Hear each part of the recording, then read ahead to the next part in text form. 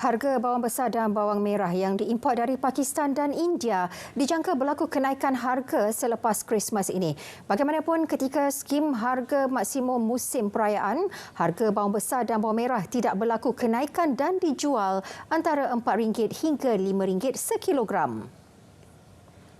Ketua Pegawai Penguatkuasa KPDN Negeri Perlis, Farah Atlina Ropai menyatakan bermula semalam sehingga 27 Disember, harga bawang besar dan merah antara 9 barangan kawalan skim harga maksimum musim perayaan SHMMP sempena Christmas. Lepas perayaan ni, kita tengoklah macam mana. Kan kita let the market decide. Macam mana kan? Okey. Selalunya antara RM5 ke RM6 selalunya lah. Okey, tak banyak beza pun. Mungkin sebabkan faktor cuaca, itu selalu hujan ke kan. Jadi bekalan tu susah dapat sikit lah. Tapi di Negeri Perlis memang bekalan tu terkawal. Beliau memaklumkannya semasa pemeriksaan dan pemantauan sempena pelaksanaan skim kawalan harga maksimum musim perayaan Christmas 2023 di Kangar. Pelbagai pendekatan boleh dilaksanakan di peringkat kampung bagi mengangkat, menerap dan memperkukuhkan nilai murni serta semangat kerjasama dalam kalangan masyarakat. Ini termasuk menerusi pelaksanaan program semarak komuniti bersama agensi kerajaan dan persatuan penduduk. Menurut Ahli Dewan Undangan Negeri Bintong, Fakrul Anwar Ismail, langkah tersebut bagi meningkatkan medium interaksi antara kedua-dua pihak. Katanya hubungan baik antara komuniti perlu sentiasa dipertingkatkan, melibatkan pelbagai lapisan masyarakat tanpa mengira usia dan kaum serta agama. Setiap penduduk mempunyai tanggungjawab masing-masing. Kami merakamkan terima kasih kepada agensi yang terlibat menjayakan program. Begitu juga dengan orang kampung lah yang saya rasa menunjukkan minat yang bersungguh untuk menjayakan program yang dianjurkan. Mudah-mudahan apa yang disusun dan juga diharapkan daripada pihak penganjur dapat dicapai dalam program pada kali ini, insya-Allah. Lebih 200 penduduk menyertai program semarak komuniti di Kampung Api Padang Macang, anjuran Persatuan Penduduk. Dalam majlis itu, 60 bakul makanan diagihkan kepada golongan kurang berkemampuan. Pelaburan tinggi pulangan berganda. Itu respon daripada seorang pengguna yang telah berbelanja lebih RM50,000 bagi memasang sistem solar di kediamannya. Abdul Muttalib Muhammad Ali berkata, kepentingan kajian berkenaan sistem solar ini amat perlu sebelum digunakan di kediaman. Beliau yang juga merupakan jurutera memasang sendiri sistem solar jenis hibrid di kediamannya sejak tahun 2019.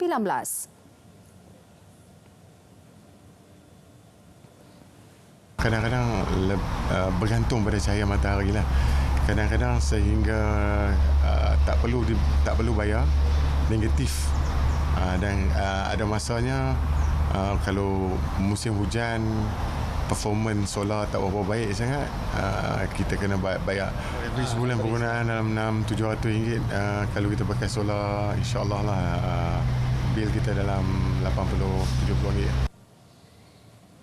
Sistem solar jenis hibrid ini menggunakan inverter dan bateri hibrid khas untuk menyimpan tenaga. Kediaman yang menggunakan sistem jenis ini akan mempunyai bekalan elektrik seperti biasa walaupun ketika berlakunya gangguan elektrik. 311 kes COVID-19 dilaporkan di Pulau Langkawi tahun ini. Pegawai Kesihatan Daerah Langkawi Dr. Mansur Ismail berkata, statistik itu menunjukkan peningkatan berbanding sebelum ini. Beliau turut menjangkakan peningkatan kes COVID-19 di pulau itu berikutan kemasukan pelancong dari dalam dan luar negara. Sebelum itu, orang ramai dinasihat kekal melakukan kawalan kendiri dengan mengamalkan 3W dan elak 3S. Berisiko tinggi ataupun mempunyai komorbid ni eloklah mendapat vaksinasi.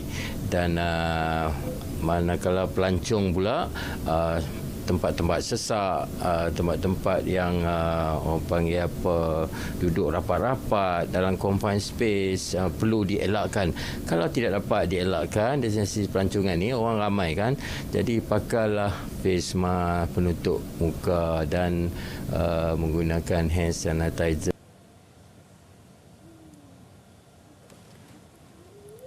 Dua nelayan warga Myanmar ditahan Agensi Penguasaan Maritim Kuala Kurau di kedudukan 9.7 Batu Nautika Barat Daya, Pulau Sanggar Besar, Perak, Jumaat lalu. Pengarah Zon Maritim Kuala Kurau, Komander Maritim Muhammad Najhan Azman Hamid berkata, bot dinaiki dua nelayan itu ditahan pasukan bot ronda maritim yang sedang melakukan operasi di perairan Kerian dan Larut, Matang. Hasil pemeriksaan menemukan dua nelayan warga Myanmar termasuk Tekong berusia 46 dan 47 tahun tidak memiliki dokumen pengenalan diri yang sah.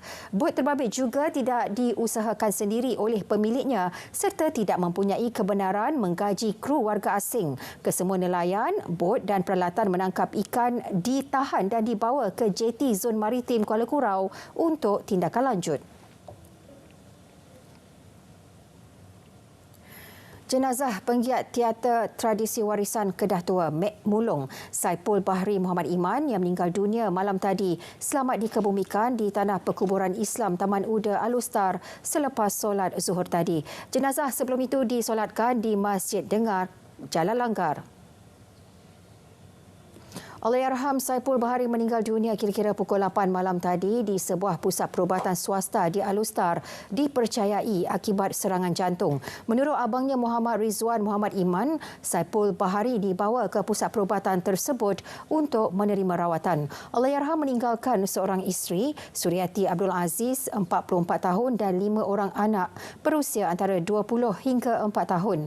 Allahyarham bersama pasukannya baru pulang ke tanah air kira-kira 2 minggu lalu setelah berjaya menjulang nama negara apabila Mek Mulong menerima pengiktirafan senarai warisan budaya tidak ketara yang perlu dilindungi oleh Pertubuhan Pendidikan, Saintifik dan Kebudayaan Pertubuhan Bangsa Bersatu UNESCO.